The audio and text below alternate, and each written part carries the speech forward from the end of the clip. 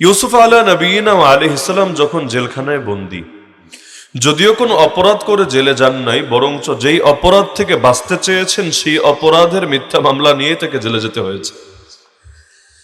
যখন তিনি জেলে বন্দী, ঘটনা সকলেই জানেন, দুইজন ব্যক্তি স্বপ্ন দেখল। স্বপ্নের ব্যাখ্যা তার কাছে জানতে চাইল। সংক্ষেপে মূল পয়েন্টটা শুধু বলছি। তিনি স্বপ্নের ব্যাখ্যা জানতেন। আল্লাহ রাব্বুল আলামিন এই জ্ঞান তাকে দান করেছিলেন। নবীদেরকে ইলম দুনিয়ার কারো কাছ থেকে শিখতে হয় না, কোনো উস্তাদ কোনো গুরুর কাছ থেকে হাসিল করতে হয় না। আল্লাহ রাব্বুল আলামিনে তাদের শিক্ষক হন, তিনি গায়বী ভাবে তাদের শিক্ষাদানের ব্যবস্থা করে দেন। তো নবী ইউসুফ আলাইহিস সালাম নিজের ব্যাপারেই বলেছেন, যালিকুমা মিম্মা আল্লামানি রাব্বি, এই স্বপ্নের ব্যাখ্যা আল্লাহ আমাকে শিখিয়েছেন, এর ইলম আমার ভেতরে আছে, এর জ্ঞান আমার ভেতরে আছে। তো দুইজন মানুষ স্বপ্ন দেখলো, স্বপ্নের ব্যাখ্যা জানতে চাইল। স্বপ্নের ব্যাখ্যা জানারও গুরুত্ব আছে, যদিও আমাদের সমাজে এই সুন্নতটা মরেই গেছে। আল্লাহ নবী সাল্লাল্লাহু আলাইহি ওয়াসাল্লাম তিনিও ফজরের নামাজের পরে সাহাবীদের দিকে ফিরে বলতেন, রাতের বেলা তোমরা কি কি স্বপ্ন দেখেছো আমাকে বলো, আমি ব্যাখ্যা করে দিচ্ছি। কখনো সাহাবীরা না দেখলেও নবী নিজের স্বপ্নের কথা বলতেন, যে গত রাত্রে যখন ঘুমাচ্ছিলাম আমি স্বপ্নের ভেতরে এই দেখলাম সেই দেখলাম। কখনো এমন হয়েছে জান্নাত দেখেছেন, কখনো এমন হয়েছে আখিরাতের কোনো দৃশ্য দেখেছেন। আল্লাহ নবী সাল্লাল্লাহু আলাইহি ওয়াসাল্লাম এগুলো সাহাবীদেরকে শোনাতেন, তারা এখান থেকে শিখতেন। সাহাবীরাও যে স্বপ্নগুলো দেখতেন, এই স্বপ্নটা কি কোনো সুসংবাদবাহী স্বপ্ন নাকি কোনো দুঃসংবাদ, এটাকে মনের কল্পনা নাকি শয়তানের কোনো ওয়াসওয়াসা নাকি আল্লাহর পক্ষ থেকে কোনো ইলহাম, কোনো নির্দেশনা, এগুলো তারা শিখে নিতেন, তারা বুঝে নিতেন। কিন্তু আমাদের সমাজে আমলটা নেই বললেই চলে। আছে নাকি আপনাদের এলাকায়? আপনাদের এলাকায় নেই তো পাকুন্দিয়া আছে, পাকুন্দিয়া বাদ দেন, কিশোরগঞ্জে আছে, পুরো বাংলাদেশে কয় জায়গায় আছে যেখানে স্বপ্নের ব্যাখ্যাটা পাওয়া যাবে, আল্লাহ রাসূলের এই সুন্নতটাকে জিন্দা রাখার ব্যবস্থা আছে। অথচ স্বপ্ন কিন্তু অনর্থক না। কিয়ামত যত ঘনিয়ে আসবে স্বপ্নের গুরুত্ব তত বাড়তে থাকবে। আল্লাহ রাসূল সাল্লাল্লাহু আলাইহি ওয়াসাল্লাম বলেন, কিয়ামত যখন ঘনিয়ে আসবে, লাম তাকাদ তাকযিবু রুয়াল মুমিন, মুমিনের স্বপ্ন খুব বেশি মিথ্যা হবে না, ভুল হবে না। সে যেটা দেখবে এর মধ্যে গুরুত্বপূর্ণ বিভিন্ন মেসেজ থাকবে। যদিও স্বপ্নের দ্বারা কখনো হারাম হালাল হবে না অথবা হালাল হারাম হবে না, শরীয়তের কোনো বিধান পরিবর্তন হবে না, কিন্তু আমার করণীয় কি, আমার বর্জনীয় কি, আগামী দিনে কোন জিনিসটা আমার উপর আসতে যাচ্ছে, এরকম বিভিন্ন ইঙ্গিত আল্লাহ মাঝে মাঝে জানিয়ে দেন স্বপ্নের ভেতরে। তাহলে স্বপ্নের ব্যাখ্যা জানার দরকার আছে নাকি নাই? তাহলে নবীর এই সুন্নতটা জিন্দা থাকা দরকার। ইউসুফ আলাইহিস সালাম তাকে স্বপ্নের ব্যাখ্যা জিজ্ঞেস করলো। তিনি চাইলে এক বাক্যেই বলে দিতে পারেন, কারণ এই জ্ঞান তার আছে, এই ইলম তার আছে। আপনি আমাকে জিজ্ঞেস করলেন, হুজুর এই নামাজ কয় রাকাত? আমি তো জানি কয় রাকাত, আমি তো এক বাক্যেই বলতে পারি যে এই নামাজ এই কয় রাকাত। কিন্তু আমি বললাম আপনাকে, তোমাকে বলবো এখন না, আগামীকাল সকালে আইসো। তাহলে জিনিসটা একটু কেমন হবে? একদিকে খারাপ হবে যে আপনার এখনই জানতে না পেরে টাইমটা দীর্ঘ হলো, কিন্তু আরেকদিকে ভালো হবে। ভালোর দিকটা হলো এই যে পুরো টাইম জুড়ে আপনার ভেতরে একটা আগ্রহ, একটা কৌতূহল, একটা রহস্য থাকবে এবং আপনি একটা অপেক্ষায় থাকবেন আগ্রহর জিনিসটার জন্য, কখন সেই সময়টা আসবে, কি জানি বলবে, কোন জবাবটা জানি দিবে। তাহলে অপেক্ষা সবসময় খারাপ হয় না। অপেক্ষার পরে যেই জিনিসটা মানুষ শেখে সেটার গুরুত্ব তার ভেতরে থাকে। এজন্য যেই জিনিস দেখবেন কষ্ট করে হাসিল করেন, ওই জিনিসের মূল্য বেশি। আর যেই জিনিস কষ্ট ছাড়া হাসিল হয়, সহজে হাসিল হয়, ওই জিনিসের গুরুত্ব কিন্তু তুলনামূলক কমই থাকে। এজন্য যারা কষ্ট মষ্ট করে নির্বাচন করে পাশ করে, ওদের কাছে দায়িত্বের গুরুত্ব, আর যারা রাতের বেলায় তাহাজ্জুদের টাইমে মাশাআল্লাহ অটোমেটিক পাশ করে ফেলে, ওদের গুরুত্ব কিন্তু কখনো সমান হবে না। কষ্ট করে পড়ালেখা করে পরীক্ষায় 1 নাম্বার হওয়া আর নকল করে পাশ করা, দুইটা কোশ্চিন কালেও এক হয় না। যে জিনিস কষ্ট করে অর্জন করে ওই জিনিসের প্রতি আলাদা গুরুত্ব, আলাদা মনোযোগ, আলাদা আকর্ষণ থাকে। তো নবী ইউসুফ আলাইহিস সালাম এই কৌশলটা কাজে লাগালেন। তিনি বললেন, শোনো, ব্যাখ্যা তো আমি জানি কিন্তু এখনই বলবো না। তোমাদের কাছে যখন খাবার আসবে, পরবর্তী বেলার খাবার, ওই খাবার যখন আসবে তোমরা খাওয়ার আগে আমি স্বপ্নের ব্যাখ্যা বলে দিব ইনশাআল্লাহ। আপাতত একটু সবর করো, একটু ধৈর্য ধারণ করো। এটাকে ইলমি ভাষায় বলে, বালাগাতের ভাষায় আত-তাশওয়িকু ইলাল মুতাআখির, অর্থাৎ পরবর্তী জিনিসের জন্য আগ্রহটাকে জিন্দা রাখা, আগ্রহটা বাড়ানোর চেষ্টা করা। 1 নম্বর কাজ করলেন। এখন যখন খাবার এসে হাজির, তিনি তো তার ওয়াদা অনুসারে স্বপ্নের ব্যাখ্যা করবেন। চাইলে এখনো বলে দিতে পারেন, ভাই তুমি যে স্বপ্ন দেখলা এর এই ব্যাখ্যা, আর তুমি যেটা দেখলা এর হলো ওই ব্যাখ্যা। এক বাক্যেই তিনি বলে দিতে পারেন। এখনো তিনি বললেন না। তিনি বললেন, শোনো, স্বপ্নের ব্যাখ্যা করছি, এর আগে সামান্য একটু ওয়াজ শোনো। ওয়াজ স্বপ্নের ব্যাখ্যা করব, কিন্তু আগে কয়টা কথা আমি বলবো, কয়টা নসিহত করব, এটা তুমি শোনো। তোদের তো ব্যাখ্যা দরকার। স্বপ্ন নিয়ে তারা দুজনেই পেরেশানিতে, কি না কি জানি দেখলাম আল্লাহ, একজনের তো বড় ভয় লাগছে, আর একজনের কেমন আশা আশা যাচ্ছে, তো ওদেরও ব্যাখ্যা জানা দরকার। আর নবী ইউসুফ আলাইহিস সালাম এটাকে একটা দাওয়াতের মাধ্যম হিসেবে কাজে লাগালেন। দাওয়াত কিভাবে দিতে হয় শেখেন। দাওয়াত শুধু গাছতে বের হলেই দাওয়াত না, দাওয়াত শুধু চিল্লাই গেলেই দাওয়াত না।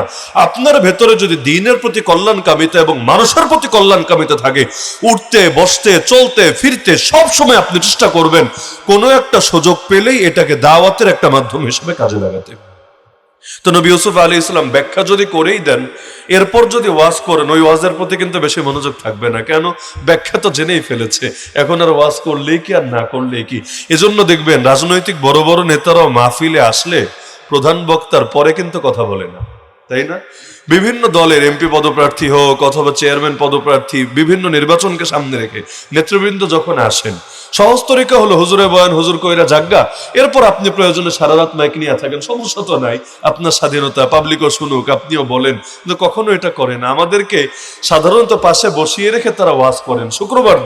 শুক্রবার দিন ইমাম সাহেবকে পাশে বসিয়ে রেখে নামাজ আটকিয়ে এরপর নসিহত করেন। এমনটা হয় নাকি হয় না? কেন হয়? কারণ তারাও বোঝেন আসল কাজ যদি হাসিল হয়েই যায়, প্রধান বক্তার বয়ান হয়ে গেছে, জুম্মার দিন ইমাম সাহেবের নামাজ পড়ানো হয়ে গেছে, এরপর ওনার একদম বাগডম ঘোরাড্ডম শোনার জন্য কে বসে থাকবে? তখন মাইক নিয়ে চেঁচালেও লাভ নাই, একজনও বসে থাকবে না। যতই উন্নয়নের গল্প শোনাক, যত এই সেই গল্প শোনাক, পাবলিকের এটার আগ্রহ থাকবে না। মূল জিনিস যখন হয়ে যায়, বাকিটার জন্য কেউ পড়ে থাকে না।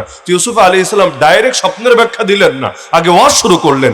এমন একটা ওয়াজ, সুবহানাল্লাহ, ইসলাম কাকে বলে, ঈমান কাকে বলে, তাওহীদ কাকে বলে, শিরক বর্জন কাকে বলে, মাত্র কয়েকটা আয়াতের মধ্যে, কয়েকটা বাক্যের মধ্যে পুরো শিক্ষাটাই উঠে এসেছে অতি সংক্ষেপে।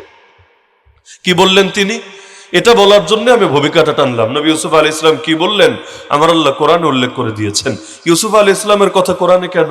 এটাতে আমাদের জন্য শিক্ষা আছে বলেই, কিয়ামত পর্যন্ত যত মানুষ আসবে তারাও এখান থেকে আদর্শ পাবে বলেই নবী ইউসুফ আলাইহিস সালাম শুরু করলেন, শোনো, ইন্নী তারাকতু মিল্লাতা কওমিন লা ইউমিনুনা বিল্লাহ ওয়া হুম বিল আখিরাতি হুম কাফিরুন। শোনো, আমি ওই সমস্ত মানুষদের আদর্শ, তাদের ধর্ম, তাদের দ্বীন ত্যাগ করেছি যারা আল্লাহর উপর ঈমান রাখে না এবং যারা শেষ দিবস অর্থাৎ কিয়ামতের দিনকেও যারা বিশ্বাস করে না। আমি ওই সমস্ত মানুষের পথ মানি না, তাদের আদর্শ মানি না, তাদের ধর্ম মানি না। ওরা কিন্তু জিজ্ঞেস করে নাই আপনি কোন ধর্ম মানেন, আপনি কার আদর্শ ফলো করেন, প্রশ্ন করে নাই। তিনি নিজেরটা বলছেন যে যারা আল্লাহরে মানে না আমি ওদেরকে মানি না, যারা আখিরাত মানে না আমি ওদেরকে মানি না। এখান থেকে আমাদের জন্য শিক্ষা আছে নাকি নাই? আছে নাকি নাই? কি আছে? জীবন চলতে গেলে অনুসরণ তো করাই লাগবে, আদর্শ ছাড়া কেউ চলতে পারে না। ভালো হোক মন্দ হোক, কোনো না কোনো আদর্শ নিয়ে মানুষ চলে। একজন ইমানদারের সবচাইতে বড় শিক্ষা হবে, যারা আল্লাহরে মানে না আমরাও তাদেরকে আমাদের আদর্শ, আমাদের মডেল, আমাদের নেতা, আমাদের মাথার তাজ মানতে পারি না। একইভাবে যারা আখিরাতের প্রতি ঈমান রাখে না, আখিরাতকে সামনে রেখে যাদের সিদ্ধান্ত হয় না, যাদের বিচার বিবেচনা হয় না, যাদের কাজ হয় না, যাদের কোনো কিছুই আখিরাতকে সামনে রেখে হয় না, তাদের আদর্শ আমরা মানতে পারি না। কারণ মুসলমানের দুনিয়ার সব কাজের ভেতরেও আখিরাত থাকা লাগবে, দুনিয়ার কাজের ভেতরে আখিরাত। বলবেন এটা আবার কিভাবে? যেমন খাবার যখন সামনে আসে, আল্লাহ নবী সুন্নাত হলো খাবার সামনে পেলেই খাওয়া শুরু করে দিও না, আগে দোয়া পড়ে নিও। খাবার সামনে পেলেই হাত দিয়ে খাওয়া শুরু করে দিও না, আগে দোয়া পড়ে নিও। কি দোয়া? একটা দোয়া তো সবাই পারেন, বিসমিল্লাহি ওয়া আলা বারাকাতিল্লাহ। এর আগেও আরেকটা দোয়া আছে, এটা হয়তো কেউ কেউ পারেন, কেউ কেউ পারেন না। সেই দোয়াটা হলো আল্লাহুম্মা বারিক লানা ফিমা রাযাকতানা ওয়া কিনা আযাবান নার। অর্থ কি? হে আল্লাহ, যে রিজিক দিলেন আমাদেরকে তাতে আমাদের জন্য বরকত দিয়ে দেন। এটা তো বুঝলাম, বরকত তো লাগবেই। বরকত না হলে প্লেটের পর প্লেট খেলেও কাজ হবে না, বরকত লাগবে। কিন্তু পরের অংশ কি? ওয়াকিনা আযাবান নার, এবং আমাদেরকে জাহান্নামের আযাব থেকে বাঁচায় দেন। কি রে ভাই, খাবার সামনে, এখানে জাহান্নাম আসলো কোত্থেকে? এখানে আগুন আসলো কোত্থেকে? এখানে আযাব গজব আসলো কোত্থেকে? এখন কেন জাহান্নামের দোয়া করতে হবে? দোয়া করার টাইম কি শেষ হয়ে গেছে? নামাজের পর করলাম, মাহফিলের পরে করলাম, অন্য টাইমে করলাম, খাবার সামনে নিয়ে বরকতেরটা করলাম, এটা নয়, একটু যৌক্তিক। কিন্তু জাহান্নামেরটা কেন করলাম? কোনো শিক্ষা আছে নাকি নাই? আছে নাকি নাই? শিক্ষা তো এটাই, মুমিন দুনিয়াতে খাবার দেখেও তার স্মরণে আখিরাত চলে আসবে। সে ভাববে আয় আল্লাহ, দুনিয়াতে নয়তো ভালো খাচ্ছি, দুনিয়াতে নয়তো সুস্বাদু খাবার খাচ্ছি, দুদিন পর জাহান্নামে গিয়ে যদি জাক্কুম খাওয়া লাগে, জাহান্নামে গিয়ে যদি পুজ খাওয়া লাগে, জাহান্নামে গিয়ে যদি রক্ত খাওয়া লাগে, জাহান্নামে গিয়ে যদি সেই ভয়ঙ্কর গরম পানি খাওয়া লাগে, দুনিয়ায় কয়দিন ভালো খেলেই কি আর না খেলেই কি? তা আল্লাহ শুধু আমার দুনিয়ায় ভালো খাওয়াও না, আল্লাহ দুনিয়াতেও যেভাবে ভালো খাবার দিলা এটাতেও বরকত লাগবে, আর আখিরাতেও তোমার রহমত লাগবে, আখিরাতেও তোমার নাজাত লাগবে, যাতে করে দুনিয়াতেও যেভাবে ভালো খাই জান্নাতে গিয়েও সেভাবে ভালো খাওয়ার কপাল জোটে। তাহলে কি বুঝলেন? মুমিনের প্রতিটা কাজ খালি দুনিয়া সামনে রেখে হয় না আখিরাতও সামনে রেখে হয়? দুনিয়া এবং আখিরাত উভয়টা একসঙ্গে। এজন্যই তো আল্লাহ দোয়া শিখালেন, রব্বানা আতিনা ফিদ দুনিয়া হাসানাতাও ওয়া ফিল আখিরাতি হাসানা। একসাথে, হ্যাঁ আমাদের রব, দুনিয়ার কল্যাণও লাগবে, আখিরাতের কল্যাণও লাগবে। দুনিয়াও মিস করতে চাই না, আখিরাতও মিস করতে চাই না। দুইও জাহানের কামিয়াবি আমাদের লাগবে, দুইও জাহানের কামিয়াবি এবং সফলতা আমাদের লাগবে। তাহলে মুমিনের প্রতিটা কাজ হবে আখিরাতকে সামনে রেখে। তাহলে আয়াত সামনে রেখে আখিরাতের শিক্ষা কি? শিক্ষা এটাই, মুমিন যখন ইবাদত করবে, যারা আল্লাহ মানে না, যারা আখিরাত মানে না, তাদের মতো করে ইবাদত করবে না, তাদের আদর্শের মতো ইবাদত করবে না, তার ইবাদতটা আলাদা হবে। এজন্য অনেকে ইবাদত আলহামদুলিল্লাহ আমরা সম্পূর্ণ ভিন্নভাবে করি। যেমন আশুরার রোজা ইহুদিরা রাখে একটা, আমরা রাখি নাকি পাকন দিয়ার লোক একটাই রাখে? আশুরার রোজা কয়টা রাখতে বলেছেন নবীজি? কয়টা? যারা জানেন জবাব দিয়ে দিবেন, যারা জানেন না তারা চুপ থাকতে পারেন। এখন যাই নাও যদি চুপ থাকেন তাহলে তো একটু অন্যরকম দেখা যায়, মানুষ বলবে কি রে এলাকায় পারে না। পারেন তো আপনারা, বলে ফেলবেন ইনশাআল্লাহ। আপনারা তো কবরস্থানের বাসিন্দা না, কবরস্থানে থাকলে সমস্যা ছিল না, জবাব না দিলেও যেহেতু জিন্দা আছেন জবাব দিলে ইনশাআল্লাহ এলেম তাজা হবে। তাহলে আশুরার রোজা কয়টা রাখেন? দুইটা। কেন? নবী ব্যাখ্যা করেছেন ইহুদিরা রাখে একটা। আমাদের ইবাদত করতে গিয়ে ইবাদত যাতে ওদের সাথে মিলে না যায় খেয়াল রাখতে হবে। এজন্য নবীজি বলেন সুমু ইয়াউম আশুরা ওয়া খালিফু ফীহিল ইয়াহুদ, সুমু ক্বাবলাহু ইয়াওমান ওয়া বাদাহু ইয়াওমান। আশুরার রোজা রাখবা উম্মত, কিন্তু ইহুদিদের সাথে যাতে মিলে না যায় খেয়াল রাখবা। কিভাবে? হয়তো আগে একটা মিলাবা, না হলে পরে একটা মিলাবা। তোমাদের হবে দুইটা, ওদের হবে একটা, বাস ওদেরটা আলাদা, তোমাদেরটা আলাদা। দিনে 3টা টাইম নামাজ পড়া হারাম। কোন 3 টাইম? যখন সূর্য ওঠে, যখন ডোবে, যখন ঠিক মাথার উপরে থাকে। এই 3 টাইমে নামাজ পড়ার অনুমতি নেই। কেন? এই 3 টাইমে সূর্যের পূজারীরা সূর্যের পূজা করে। এখন আমি যদি নামাজও পড়ি, নামাজ তো পড়বো আল্লাহর জন্য, কিন্তু এই টাইমটা যেহেতু ওরা বিশেষভাবে একটা পূজা করে, আমি যদি এই টাইমে আল্লাহরেও সেজদা দেই, যদি আমার দিলে আল্লাহ আছে সূর্য নাই, কিন্তু তারপর ওই যে দেখতে একটু মিলমিল পাওয়া যায়, ইসলাম এই দরজাটাকে বন্ধ করেছে। মনে করেন মসজিদে গিয়া নামাজ পড়লেও নামাজ, আর মন্দিরে গিয়া মূর্তি সামনে রেখেও নামাজ পড়লে তো নামাজই। কিন্তু যে কোনো হুজুরকে জিজ্ঞেস করেন মন্দিরে গিয়া নামাজ পড়া জায়েজ হবে না জায়েজ? না হুজুর লাগবে না, আপনারাই মুফতি সাহেব হয়ে ফতোয়া দিতে পারবেন। জায়েজ হবে না জায়েজ? কেন না জায়েজ? কারণ যদিও তুমি সেজদা আল্লাহরই দিবা, কিন্তু দেখতে তো এটাই দেখা যাচ্ছে তুমি মূর্তিরে সেজদা দিচ্ছ। এজন্য মাজার সামনে রেখা, কবর সামনে রেখা সেজদা যদি আল্লাহরেও দেয়, সেজদা আল্লাহর নিয়তেই দিচ্ছে, কিন্তু কবরটা সামনে রেখা কপালটা সেখানে নত করে দিচ্ছে। যে কোনো হুজুরকে জিজ্ঞেস করলে হুজুর কি বলবে? জায়েজ হবে না জায়েজ হবে? কেন? কারণ এটা তো কবর পূজারীদের সাথে মিলে যাচ্ছে। যেহেতু মিলে যাচ্ছে, এটা বর্জন করতে হবে। তাহলে ইবাদতের ক্ষেত্রে ইসলাম যদি এত কঠোর হয়, ইবাদতের ক্ষেত্রে, তাহলে অন্যান্য ক্ষেত্রে কি পরিমাণ কঠোর হবে চিন্তা করেন। তাহলে মুমিনের প্রতিটা জিনিস, মুমিনের ইবাদত যেমনি ভাবে অবিশ্বাসীদের ইবাদতের মতো হবে না, মুমিনের খাওয়া দাওয়া যেমনি ভাবে অবিশ্বাসীদের খাওয়া দাওয়ার মতো হবে না, মুমিনের ঘুমানো কথা বলা যেমনি ভাবে অবিশ্বাসীদের মতো হবে না, একইভাবে মুমিনের পরিবারও অবিশ্বাসীদের পরিবারের মতো হতে পারে না, মুমিনের সমাজও অবিশ্বাসীদের সমাজের মতো হতে পারে না, মুমিনের রাজনীতিও অবিশ্বাসীদের রাজনীতির মতো হতে পারে না, মুমিনের বিচারাচারও অবিশ্বাসীদের বিচারাচারের মতো হতে পারে না, মুমিনের কথাবার্তাও অবিশ্বাসীদের কথাবার্তার মতো হতে পারে না। মুমিনেরটা হবে আলাদা, ওদেরটা হবে আলাদা। ওরা থাকবে এক পথে, মুমিন থাকবে আরেক পথে। মুমিনের পথের নাম সিরাতে মুস্তাকিম।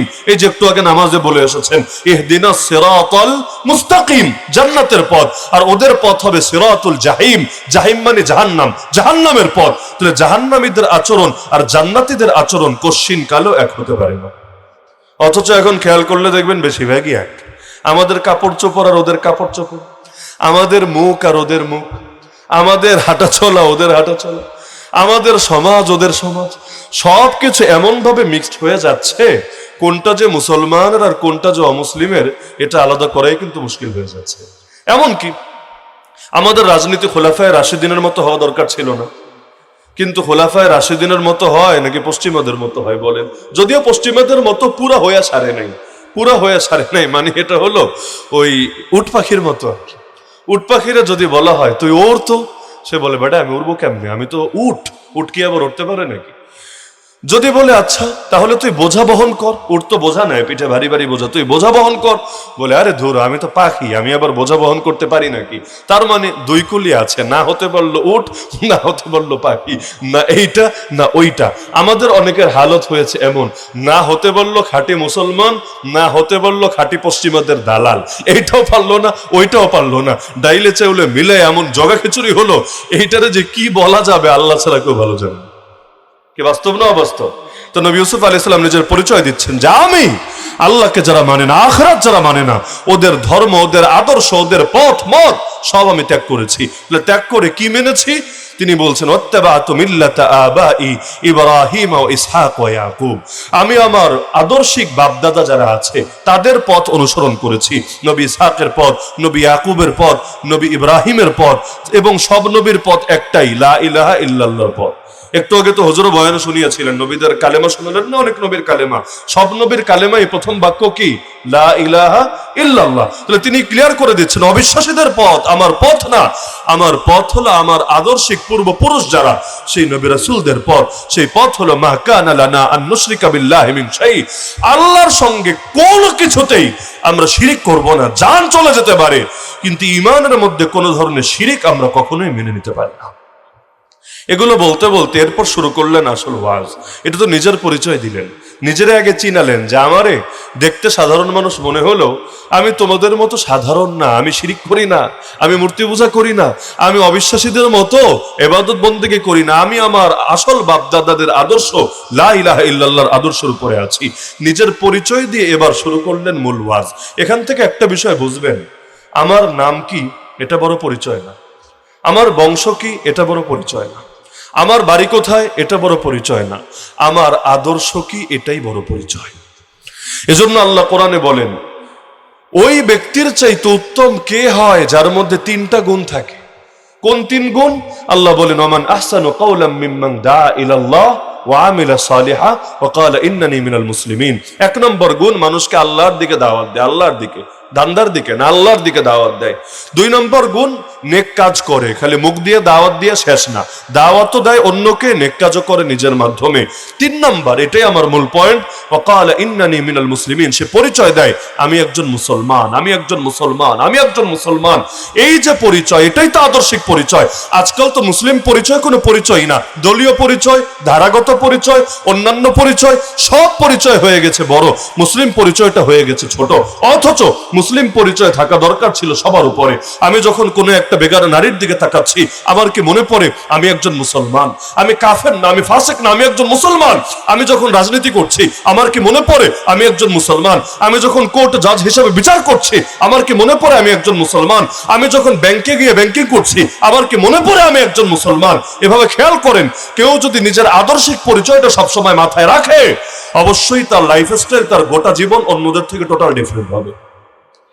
দলীয় পরিচয় যদি মাথায় থাকে, মনে করেন একজন আওয়ামী লীগ, একজন বিএনপি, রাজনৈতিক পরিচয়, যে আওয়ামী লীগ পরিচয় নিয়ে চলবে সে প্রতিটা কাজ করার ক্ষেত্রে এটা খেয়াল রাখবে আমার পরিচয়টা যাতে নষ্ট না হয়, খেয়াল রাখবে কিনা। যেমন সে স্লোগান দিতে গেলে জয় বাংলা স্লোগানই দিবে, তাই না? সে যদি স্লোগান দেয় বাংলাদেশ জিন্দাবাদ, অন্যরা বলবে কিরে কিরে তুই আবার গুপ্ত বিএনপি নাকি, বলবে না যে তোরা তো আওয়ামী লীগ হিসাবে চিনতাম, স্লোগান আলাদা হয়ে গেল কেন? জাস্ট স্লোগান, কিন্তু বাক্য তো কোনোটা নিষেধ না। জয় বাংলা বললে কি কবিরা গুনাহ হয় না? বাংলাদেশ জিন্দাবাদ বললে সগীরা গুনাহ হয়? বাক্য তো বাক্য, ঘুরা ফিরা জিনিস তো একই, তাই না? জয় মানেও তো এটা জিন্দা থাকুক, আর জিন্দাবাদ মানেও এটা জিন্দা থাকুক। পার্থক্য এক জায়গায় বাংলা আর এক জায়গায় বাংলাদেশ। বাংলা হলো ভাষা আর বাংলাদেশ হলো এই যে আমাদের অঞ্চলটা, মানে এক হলো দেশভিত্তিক জাতীয়তা আর এক হলো ভাষা ভিত্তিক জাতীয়তা। তো যাই হোক, ওই আলোচনায় নাই গেলাম, কিন্তু বাক্য বলা তো হারাম না। কি জয় বাংলা বললে কবিরা গুনাহ হবে এমন ফতোয়া আছে নাকি? বা বাংলাদেশ জিন্দাবাদ বললে মাকরু হবে এমন ফতোয়া আছে নাকি? নাই তো। কিন্তু সে ওই স্লোগান দেয় না কেন? কারণ সে জানে আমার একটা দল আছে, দল। আমি এমন কিছু বলতে পারবো না যেটা আমার দলীয় পরিচয়ের সঙ্গে সাংঘর্ষিক হয়, না হলে লোকে হাসাহাসি করবে, লোকে টিটকারি মারবে। কিরে ভাই, তাহলে মুসলমান যে পরিচয়টা মনে থাকে না? তুমি যখন গিবত করো মনে পড়ে না মুসলমান? তুমি যখন গালিগালাজ করো মুসলমান, এ পরিচয় মনে থাকে না? তুমি যখন কুদৃষ্টিপাত করো মনে থাকে না তুমি মুসলমান? তুমি যখন পর্নোগ্রাফি দেখো মনে থাকে না তুমি মুসলমান? তুমি যখন গান বাজনায় মেতে ওঠো মনে থাকে না তুমি মুসলমান? ওই সময় নিজের পরিচয়টা রক্ষা করার জন্য, নিজের পরিচয়ের মর্যাদা রক্ষা করার জন্য অন্তত একটু ভাবা তো দরকার ছিল, একটু চিন্তা করা তো দরকার ছিল। কিন্তু আল্লাহ মাফ করুক, কোন মুসলমানের আচরণ এত খারাপ, কাফেররা দেখেও চিন্তা করে আমরা তো মনে হয় ওদের চাইতে অন্তত এই লাইনে কম খারাপ। কি নাই এমন মুসলমান? মুসলমানের দোকানে আমি এমন বহু এলাকা পেয়েছি, মুসলিম মানুষ কিন্তু বাজার করে হিন্দু দোকান থেকে। যদি জিজ্ঞেস করি কেন, এই মুসলিম দোকান তো আছে অনেকগুলো, জান না কেন? বলে হুজুর, মুসলমানদের প্রতি ঘৃণা নাই, কিন্তু লেনদেনে ওদেরকেই ভালো পাই। কি এরকম জবাব শোনেন নাই? আমি জীবনে বহুত শুনেছি যে হুজুর ওরা আমারে মাল দিতেও একটু বইছা দেয়, দাম নিতেও একটু কমায় টমায় নেয়, তা আমি তো যেখানে সুবিধা পাবো সেখানেই যাব। তো মুসলমান তার ধর্মকে আমি শরবত বানায় পানির সাথে গুলে তো খাবো না, আমি তো আমার সুবিধার দিকটা দেখবো। তো সুবিধা পাই যেখানে, আমিও চলে যাই সেখানে। এমন নাই মনে হয় বাংলাদেশে? নাকি প্রথম শুনলেন আজকে আমার মুখ থেকে? বহুত আছে, বহুত। তাহলে এই যে মুসলমান হয়ে মুসলমানের ইজ্জতটা মারলো, এর দায় কার? এর দায়টা কার? তাহলে এজন্য আদর্শিক পরিচয় সবচাইতে বড় পরিচয়। না হলে আমার নাম কি, আমার বাড়ি কই, এগুলো বড় বিষয় না। ইসলামের সবচাইতে সুন্দর নাম কোনটা বলতে পারবেন? সবচাইতে সুন্দর নাম ইসলামের দৃষ্টিতে কোনটা বলতে পারবেন? মাশাআল্লাহ, অনেকে বলেছে আব্দুল্লাহ। নবী জানিয়েছেন আল্লাহর নিকট সবচাইতে প্রিয় নাম আব্দুল্লাহ। আব্দুল্লাহ, আব্দুল্লাহ। আমার নবীর বাপের নাম কি? আব্দুল্লাহ। আব্দুল্লাহ মানেই হলো আল্লাহর বান্দা।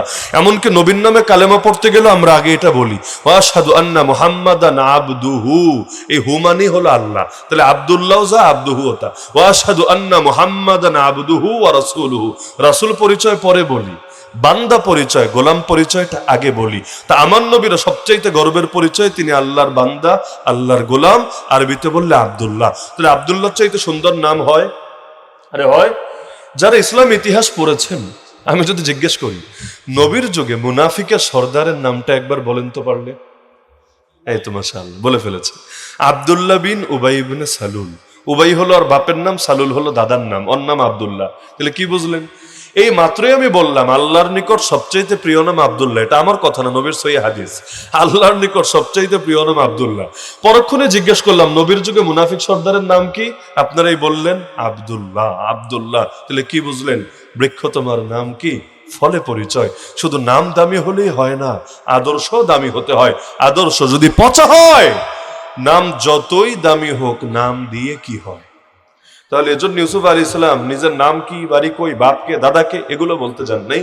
তিনি তার আদর্শিক পরিচয় তুলে ধরেছেন, আমি মুসলমান, আমি তাওহীদে বিশ্বাসী, আমি কাফের মুশরিকদের পথে চলি না, ওদের পথ আলাদা, আমার পথ আলাদা। আলহামদুলিল্লাহ। তাহলে আদর্শিক পরিচয়টা মাথায় রাখবেন তো ইনশাআল্লাহ। জীবনের সব ক্ষেত্রে আদর্শিক পরিচয় যদি মাথায় রাখতে পারেন, আর কিছু লাগবে না। মুসলমান মানেই হলো আত্মসমর্পণ করা। ইসলাম অর্থই সারেন্ডার করা, আত্মসমর্পণ করা। যে আত্মসমর্পণ করতে পেরেছে আর কিছু লাগবে না।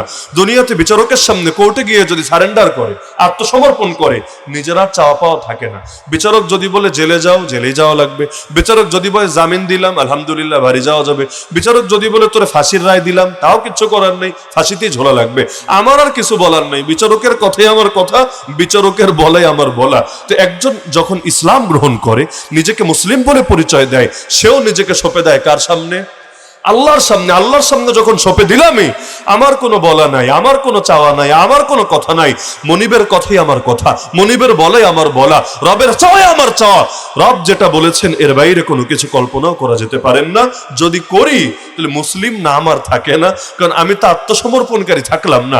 আত্মসমর্পণ যদি করেই দেই, রবের কথার বাইরে কোনো কথা মাথায় আসতে পারে না। তাহলে আদর্শিক পরিচয় মনে রাখা থাকবে তো ইনশাআল্লাহ। নবীর মূল পয়েন্ট, এবার ইউসুফ আলাইহিস সালাম দাওয়াত শুরু করলেন, ইয়া সাহিবাই সিজন, হে আমার কারাগারের সঙ্গী। কারাগারের সঙ্গী পরিচয়টা বড় সুন্দর পরিচয়, যারা জেলে যান নাই বুঝবেন না। দুইটা জিনিস এমন চিরকাল ভোলা যায় না। এটা আমার না, যারা আমাদের দ্বিগুণ বয়সী তাদেরও কমন অভিজ্ঞতা। দুইটা জিনিস এমন ভোলা যায় না, এক হলো জেলের সঙ্গী, আর এক হলো আরাফাতের ময়দানের সঙ্গী। আরাফাতের ময়দান বুঝলেন? যাদের সাথে একসাথে হজের সফর করেছেন, একসাথে সে আরাফাতের ময়দানে আল্লাহ তাআলা থাকার তৌফিক দান করেছেন, মিনা মুজদালিফায় থেকেছেন, তাদেরকেও ভোলা যায় না। বহুকাল পর দেখলো, আল্লাহ আপনি এখানে হজ করেছিলাম একসাথে, এই 50 বছর আগে, 20 বছর আগে, মনে পড়ে যায়। একইভাবে জেলে এই এখন থেকে মাত্র 3-4 দিন আগে বাংলাদেশের গুরুত্বপূর্ণ এক ব্যক্তি, নাম নাই বা বললাম, তার সঙ্গে দেখা, বাহিরে প্রথম দেখা, এর আগে কোনোদিন বাহিরে দেখা হয়নি, দেখা হয়েছে জেলখানার ভেতরে। তার একজন পরিচয় করিয়ে দিচ্ছে, উনি মুফতি আলী হাসান উসামা। বলে আমারে চিনানো লাগবে না, আমার জেল জীবনের সাথী তো, এই জেলের পরিচয় কোনোদিনও ভুলবো না, এটা যতই আমি বুড়া হই সমস্যা নাই, এই পরিচয় ইনশাআল্লাহ যতদিন মেমোরি ঠিক আছে মনে থাকবে।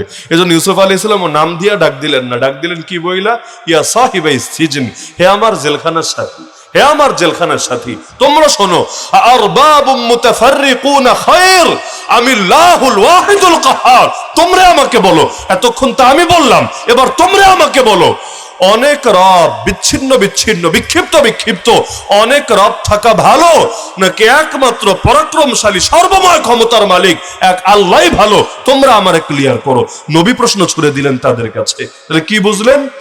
নবী দাওয়াত এখান থেকে শুরু করছেন, এতক্ষণ তো নিজের আদর্শিক পরিচয় দিলেন, প্রথম কথাই বলছেন এটা। একটা জিনিস মাথায় ঢোকান, যদিও আপনারা গ্রামে থাকেন, অনেকেই গ্রামের মানুষের জন্য জিনিসটা নতুন মনে হতে পারে, কিন্তু আল্লাহর ওয়াস্তে মাথায় ঢোকান, সর্বযুগে নবীদের সঙ্গে তাদের জামানার বাতিলের মূল দ্বন্দ্বই ছিল এখানে। কোন বাক্য? সেটা হলো সকল ক্ষমতার মালিক কারে মানবে, সকল ক্ষমতার মালিক কারে মানবে, সার্বভৌমত্ব কার হবে, এটা নিয়ে ছিল সব জামানায় দ্বন্দ্ব। এজন্য দেখবেন গরিব মানুষরা নবীদের দুশ্মনী কম করত, নেতাজিরা বড় বড় পয়সাওয়ালারাই নবীদের সঙ্গে ঝামেলা বেশি লাগাতো। এখনো আলেম ওলামাদের পাশে গ্রামের মানুষরাই বেশি থাকে, পিছিয়ে পড়া মানুষ যাদের হয়তো পয়সা পাতিও কম আছে কিন্তু তারাই বেশি থাকে। আর শহরের লোকেরা গায়ে হাত তুলতেও দ্বিধা করে না, হাতে হাত করা পরাতেও দ্বিধা করে না, জেলের মধ্যে নিয়ে ফেলে রাখতেও দ্বিধা করে না। এই যারা করে এরা কারা? হয়তো বড় নেতা, বড় তার শক্তি আছে, প্রশাসনিক শক্তি হোক, রাজনৈতিক শক্তি হোক, অথবা তার অনেক টাকা পয়সা আছে। দেখবেন এদের সাথে আলেম ওলামার ঝামেলাটা একটু বেশি হয়ে থাকে। এরা কেন যেন নিজেদের ধান্দার জন্য, নিজেদের স্বার্থের জন্য ওলামাদেরকে চ্যালেঞ্জ মনে করে। আজকে আলেমদের সাথে যে আচরণ দেখছেন, অতীতে নবীদের সাথে একই আচরণ ছিল।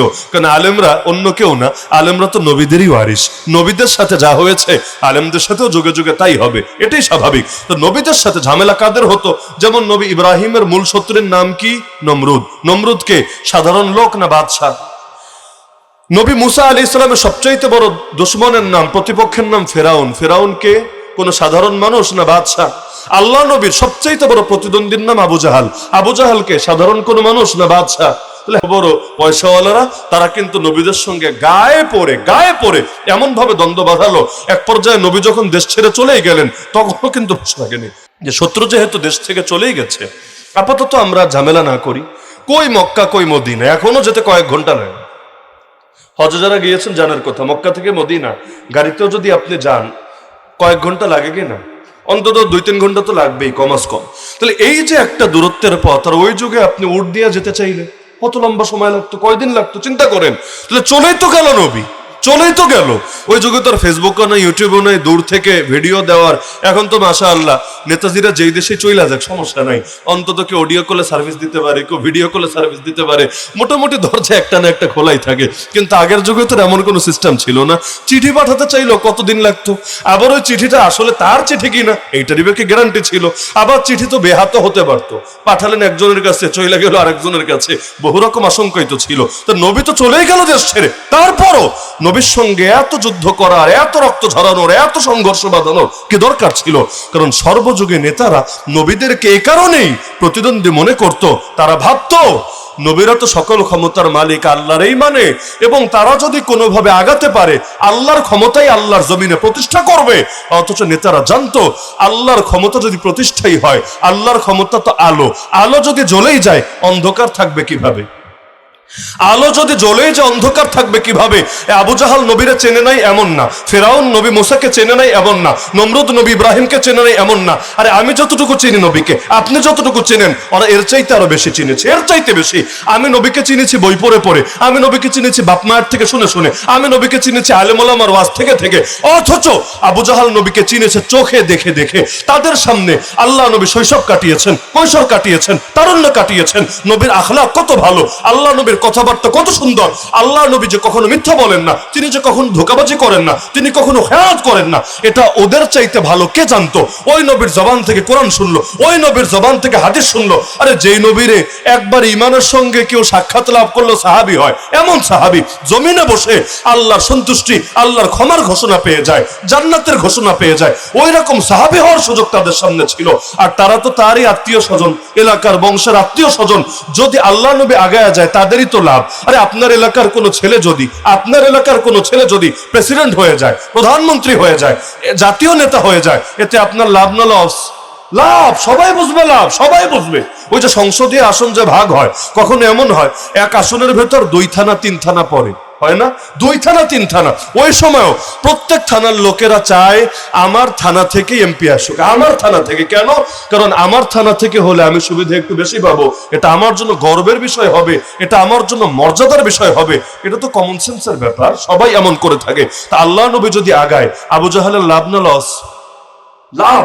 আমার নবী আরবের নবী না বিশ্ব নবী? আমার নবী শুধু 1-2 বছর 5-10 বছরের নবী না, কিয়ামত পর্যন্ত সময়ের নবী। তা আমার নবীর আদর্শ সারা দুনিয়ায় যদি ছড়ায়, আমার নবীর আদর্শ যদি কিয়ামত পর্যন্ত অটুট রয়ে যায়, আবু জাহালের তো লাভ। কেন? সবাই বলবে চেনো আবু জাহালকে? আরে আল্লাহ নবীর এলাকার সর্দার ছিল, আল্লাহ নবীর বংশের আত্মীয় স্বজন ছিল, তার সময় তার অনেক খেদমত করেছিল। এগুলো তো তার জন্যই গর্বের বিষয় হতে পারত।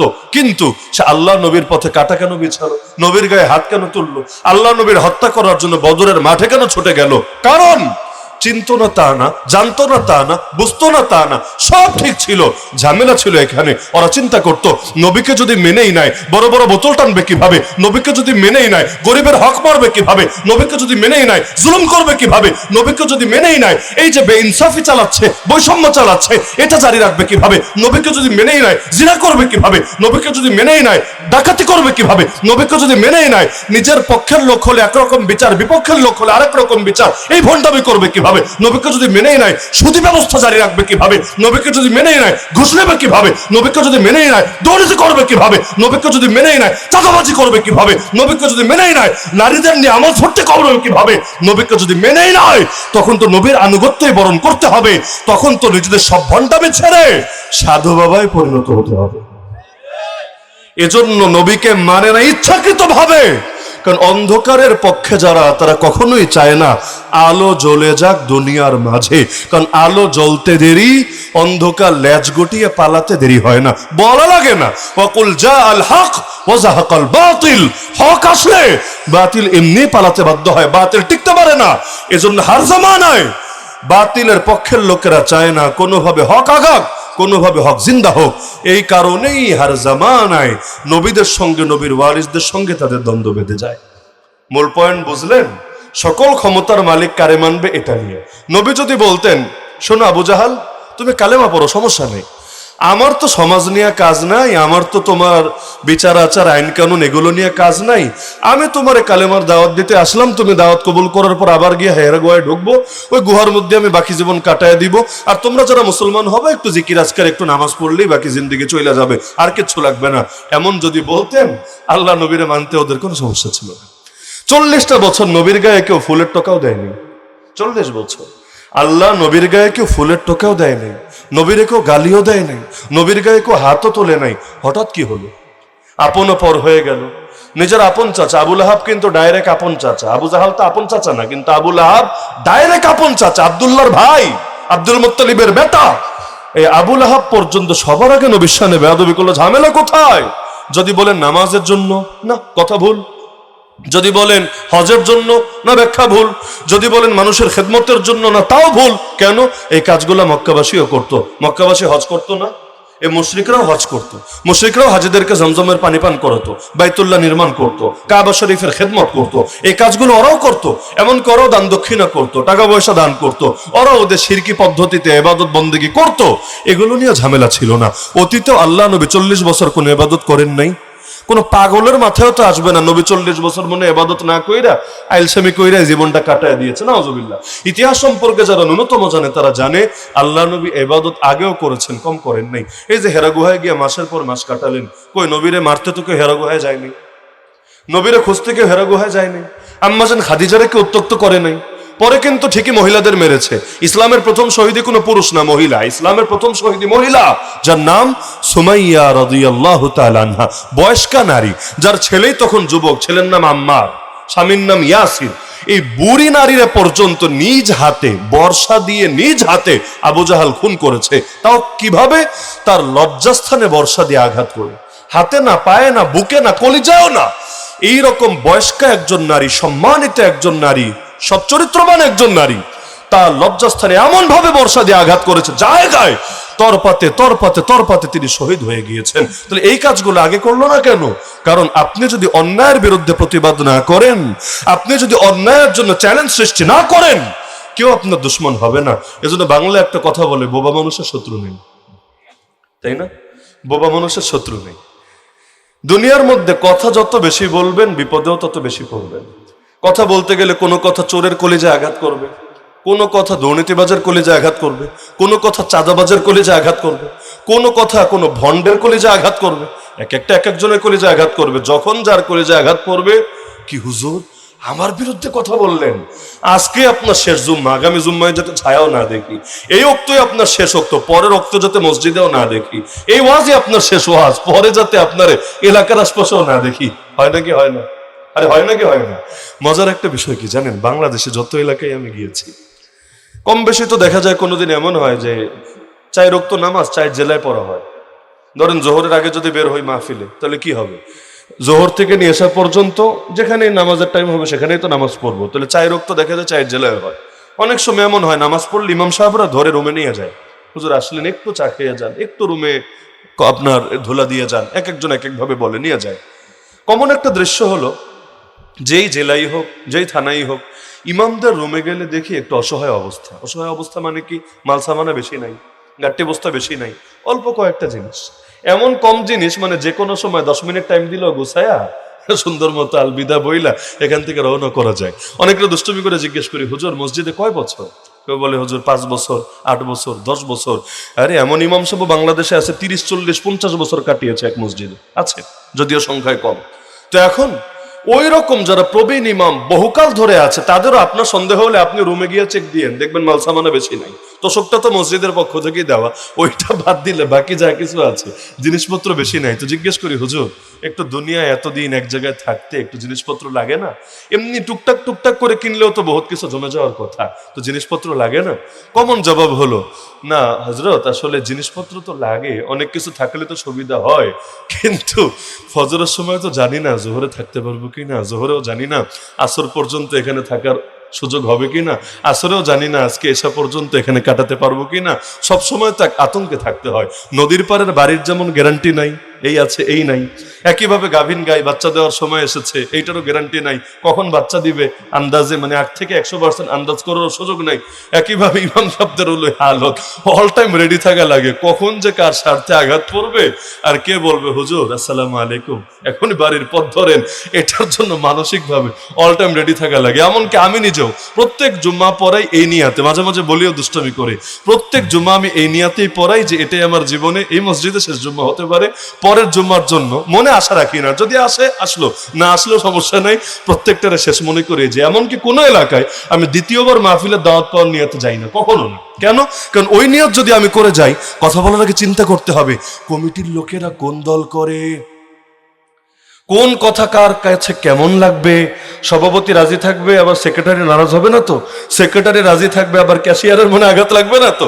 এত দিক চিন্তা করলে ভাই আল্লাহর কথা বলবেন কিভাবে? আল্লাহর কথা বলতে গেলে কেউ যদি আল্লাহর পথে না চলে তার ভেতরে আঘাত লাগতেই পারে। আমাদের দায়িত্ব তো হলো আল্লাহরে খুশি করা। আল্লাহরে খুশি করতে গেলে আল্লাহর বান্দাদের খুশি করা সম্ভব না। নবী কয়জনকে খুশি করতে পেরেছিলেন তার যুগে? তার যুগে অধিকাংশ মানুষ তো তার পক্ষে ছিল না, তারা গালি দিত, তার সমালোচনা করত, তার বিরুদ্ধে যুদ্ধে নেমে এসেছিল। নবীর পক্ষে কয়জন ছিল? এমনকি শেষ যুগ যদি দেখি, একদম শেষ সময়, তাও তো 2 লাখও ছিল না, 2 লাখও ছিল না। আর শুরুর দিকে দেখলে মক্কায় 13 বছর দাওয়াত দিলেন, 1000 জন মুসলমান হয়নি, 1000ও না, এত কম। তো যারা অল্প কয়েকজন পক্ষে ছিল, বাকি সবই তো বিপক্ষে ছিল, সবই তো বিপক্ষে ছিল। তো নবী তো চান নাই সবাই খুশি কইরা চলি, কারণ বান্দারে খুশি করতে গেলে আল্লাহ নারাজ, আল্লাহরে খুশি করতে গেলে বান্দা নারাজ। এই জন্য মুমিনের দায়িত্ব আল্লাহরই খুশি করা। এরপর কেউ খুশি থাকলেও আলহামদুলিল্লাহ, না থাকলেও আলহামদুলিল্লাহ। আল্লাহ খুশি থাকার পর গোটা দুনিয়াও যদি দুশমন হয়ে যায়, এতে মুমিন কোনো পরোয়া করতেই পারে না। এজন্য কোরআনে আল্লাহ তাআলা তার নেককার বান্দাদের 6টা গুণ বলেছেন। 6টা গুণ, এগুলো হলো আল্লাহর নেককার বান্দার হওয়ার পরিচয় এবং বৈশিষ্ট্য। 5 নম্বর এবং 6 নম্বর গুণটা বড় মজার। 5 নম্বর গুণ হলো ইউজাহিদুনা ফি সাবিলিল্লাহ। আমার নেককার বান্দারা আল্লাহর রাস্তায় জিহাদ করে, অন্যায়ের বিরুদ্ধে, অপশক্তির বিরুদ্ধে জিহাদ করে। এটা তো বুঝলাম। তো 6 নম্বর গুণ কি জানেন? ওয়ালা ইয়াখাফুনা লাউমাতা লাইম। তারা কোনো নিন্দুকের নিন্দার, নিন্দুক বুঝেন? তারা কোনো নিন্দুকের নিন্দার, সমালোচকের সমালোচনার, গালিবাজের গালিকে, তারা কোনো কটুক্তিকারীর কটুক্তিকে, কোনো খারাপ মন্তব্যকারীর খারাপ মন্তব্যকে পরোয়া করে না। হঠাৎ যে কেউ দেখলে চমকে যাবে আল্লাহ, এটা আবার কেমন কথা? তোমার নেককার বান্দাদের বৈশিষ্ট্য হতে পারে বেশি বেশি তাহাজ্জুদ পড়ে, বেশি বেশি জিকির আজকার করে, বেশি বেশি সুন্দর সুন্দর জামা পরিধান করে, ইত্যাদি ইত্যাদি, এগুলো হতে পারে। কিন্তু এটা কি বললা? গালিবাজের গালিরে ডরায় না, এইটা আবার মুমিন বান্দার এবং তোমার খাঁটি বান্দার গুণ হিসাবে তুমি কোরআনে কিভাবে বললা? এটা আবার খাঁটি হওয়ার মানদণ্ড কিভাবে হয়? হ্যাঁ হয়। মুফতি আজম পাকিস্তান আল্লামা মুফতি মোহাম্মদ শফি রহমতুল্লাহ আলী বড় সুন্দর ব্যাখ্যা করেছেন। তিনি বলেন এই যে 5 আর 6, মানে আল্লাহ যখন এক কথার পরে আর এক কথা বলে, আগের কথা আর পরের কথার মধ্যে সম্পর্ক থাকে, না হলে তো কথা এলোমেলো হবে। আগামাথা না থাকলে তো এলোমেলো হবে। আগের কথা আর পরের কথার সাথে সম্পর্ক থাকে। আগের কথা বললেন জিহাদ করা, পরের কথা বললেন নিন্দুকের নিন্দারে পরোয়া না করা। সম্পর্ক কি? তিনি ব্যাখ্যা করেছেন, যারা নিন্দুকের নিন্দার পরোয়া করে তারা কখনো আল্লাহর পথে টিকতে পারে না, তারা কখনো আল্লাহর পথে হক প্রতিষ্ঠার জন্য, বাতিল দমনের জন্য লড়াই করতে পারে না। কারণ সবসময় তার ভেতরে আতঙ্ক থাকে, পাছে লোকে কি না বলে, পাছে লোকে কি না বলে। এই চিন্তা যার ভেতরে থাকে তার দ্বারা দ্বীনের কাজ খুব বেশি দিন হতে পারে না। আবু তালেব মুসলমান হয় নাই কেন আমাকে বলেন?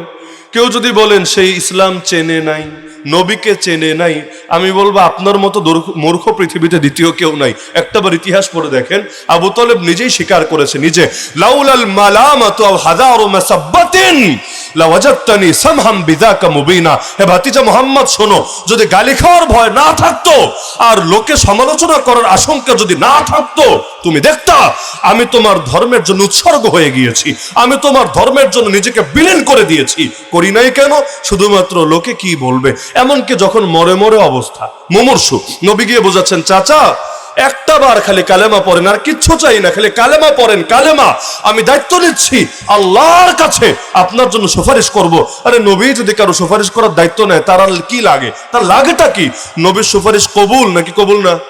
নিঃসন্দেহে কবুল, সন্দেহ ছাড়া কবুল। আরে নবী যদি আমাদের ব্যাপারেও এটা বলতেন যে হে অমুক ব্যক্তি, আমি তোমার ব্যাপারে দায়িত্ব নিলাম, আল্লাহর কাছে সুপারিশ করব, এর চাইতে আনন্দ, এর চাইতে বড় খুশির ব্যাপার আমাদের জন্য কি হতো? তো নবী এই কথাটাই বলছেন, চাচা কিচ্ছু লাগবে না, খালি কালেমাটা পড়েন। কারণ এখন নামাজ পড়ার টাইম নাই, রোজা রাখার টাইম নাই, হজ করার সুযোগ নাই, মরে যাচ্ছেন, খালি কালেমাটা পড়েন, দায়িত্ব নিচ্ছে আল্লাহর কাছে আপনার জন্য সুপারিশ করব। চাচাও রেডি, কালেমাটা খালি পড়বে। এর আগ দিয়ে আবু জাহাল কানের কাছে গিয়া বলে, আরে এই বাচ্চা পোলাপানের কথায় তোর বাপদাদার আদর্শ ছাইরা দিবি? তুই তো বেটা মরবি, মরার পরে লোকে কি বলবে একবার চিন্তা করছিস? একবার তুই ভেবেছিস তুই মরার পর লোকে তোর কত খারাপ বলবে? তুই পিচ্চি পোলাপানের কথায় লাফায়া নিজের পুরো বংশের মুখে চুনকালি লাখাবি। এই যে একটা সর্দার, তুই একটা নেতা, তুই মানুষের সামনে তোর মুখ থাকবে, তোর ইমেজ থাকবে, এরকম উস্কানি দিতে লাগলো। তখন সব শোনার পরে আবু তালেব বলে উঠলো, খাজা আবু তালেব আল্লাহ নবীর এত আপন চাচা, শুধু যেন তেন চাচা না, আমার মতো হাজার উসামা ইসলামের জন্য, নবীর জন্য যে খেদমত করতে পারে নাই, আবু তালেব একা নবীর জন্য এর চাইতে আরো বেশি কিছু করেছে। অমুসলিম হতে পারে, অমুসলিম হতে পারে, কিন্তু নবীর জন্য তার ত্যাগ, তার ভালোবাসা, তার স্নেহ কোনো কিছুতে কমতি ছিল না। নবী 3 বছরের বেশি যখন অবরুদ্ধ ছিলেন, জেলের চাইতেও খারাপ অবস্থা, খাবারও পেতেন না যেখানে, ওইখানেও আবু তালেব কিন্তু সঙ্গ ছাড়ে নাই। অথচ আমি জেলে গেলে আপনি থাকবেন পাশে? কে থাকে? কে থাকে? জেলের অভিজ্ঞতা তো আমাদের আছে, কে থাকে? এমনকি নাম পর্যন্ত উচ্চারণ করতে অনেকে ভয় পায়, যে না জানি আমারও আবার ধৈর্য নেই, না জানি আমার উপরও আবার মোদিজি এবং তার প্রেতাত্মাদের কোন নজর পড়ে যায়, স্বাভাবিক। অথচ আবু তালেব এই 3 বছরেও খাবার নাই, তারপরও নবীর সঙ্গ ছাড়ে নাই। যতদিন আবু তালেব ছিল এই মক্কাবাসী সাহসী হয় নাই নবীর বড়সড় ক্ষতি করবে। আবু তালেব বলেছিল, শোন, যদি মুহাম্মাদের গা টাচ করতে হয় আমার লাশের উপর পাড়া দিয়ে যেতে হবে, যতদিন আমি জীবিত আছি তোরা মুহাম্মাদের গা ছুঁয়েও দেখতে পারবি না। স্পষ্ট চ্যালেঞ্জ দিয়েছিল। অথচ এই চ্যালেঞ্জ কয়জন মুসলমান দিতে পারে? এই দেশে অন্তত 14 কোটি মুসলমান নাই? আরে ভাই, অন্তত 14 কোটি মুসলমান নাই? 18 কোটি নাগরিক হলে 14 কোটির বেশি আছে। 14 কোটি মুসলমানের মধ্যে অন্তত 4 কোটি মুসলমান যদি বলতে পারতো আমরা যতদিন জীবিত আছি, নবীরা তো পাই নাই, তো নবীর ওয়ারিস তো আছে আমাদের মাঝে, নবীর কোন ওয়ারিসের গায়ে কেউ হাতও টাচ করতে পারবা না, নবীর কোন ওয়ারিসের হাতে কেউ হ্যান্ডকাপ পরাতে পারবা না, নবীর কোন ওয়ারিসকে রিমান্ডে নিতে পারবা না, নবীর কোন ওয়ারিসকে জেলে ভরতে পারবা না, নবীর কোন ওয়ারিসকে জেলের ভেতর লাশে পরিণত করতে পারবা না। এভাবে 4 কোটি মানুষ যদি স্পষ্ট ঘোষণা দিত, পৃথিবীতে কোন বাপের বেটা আলেমদের সামনে এই বেয়াদবি করার কথা কল্পনাও করতে পারত না।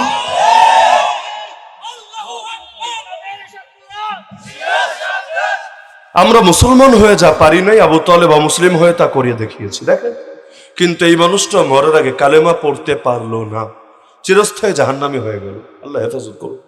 চিরস্থায়ী জাহান্নামী। যদিও জাহান্নামে সবচাইতে হালকা আযাবটাই তার হবে, হালকা হোক আর ভারী হোক ভাই, জাহান্নাম তো জাহান্নামী। জেলখানা জেলখানাই, এতে আপনারা জেলখানায় যদি ভিআইপি ভাবেও রাখে, ওই তারপর ওইটা জেলখানা জেলখানাই। জেলখানার ভিআইপি আর কি হবে?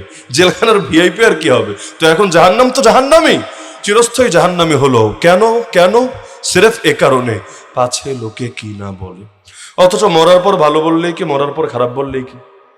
মরে তো গেলামই। আরে ভাই, কবরের ভেতর যদি আগুন জ্বলে আর মানুষ যদি উপরে ফুল দিতে দিতে পাহাড়ও বানিয়ে ফেলে, কি লাভ হবে?